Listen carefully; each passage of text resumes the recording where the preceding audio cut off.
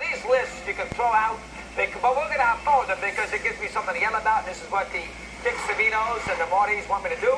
So here's the new list now, ESPN. I'm sure everybody who's on this list is 21 years old.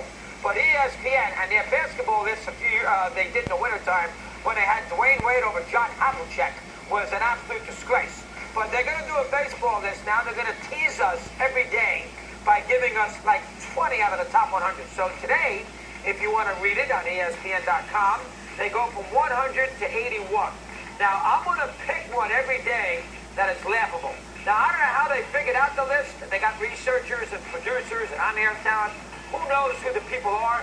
Their NBA list didn't even use Bob Ryan, who's been covering the NBA for 100 years. They somehow figured they didn't use him, and they used a 26-year-old researcher who's blessed in sabermetrics, which is a disgrace. When Bob Ryan has seen every basketball player since basically since Lincoln, and he wasn't used. But having said that, the baseball, watch at the end, we're not going to have who's number one. The baseball, it's sort of match play. They give you two players, and you figure out who you'd rather have. Show the list again there. Can you put it up there, guys? I mean, how in the world can you do a list? He's played 3 years. He is a baby in baseball. And you got Bryce Harper, the top 8, and you got him around 80. What the number is it? I didn't see it. 85. Bryce Harper, who's a baby, who if something happened to tomorrow, he's not going to the Hall of Fame. And he's 85 on your list. Now, listen, Bryce Harper is a nice player. Don't get me wrong, he won an MVP. A lot of guys won MVP. He's a nice player, but he's a baby. Can he play for 8 to 10 years before I put him on a list where I got him ahead of Grover Cleveland Alexander? Ronald Reagan? Can we at least put him, can we wait? Al Simmons? Ryan Sandberg? Can we at least Paul Molitor? Are we kidding me? Paul Molitor? Right now in a big game, you want Molitor or Harper? And not even an issue. Not even an issue, you want Molitor. But your problem is the people who do the list didn't say Molitor play in his prime.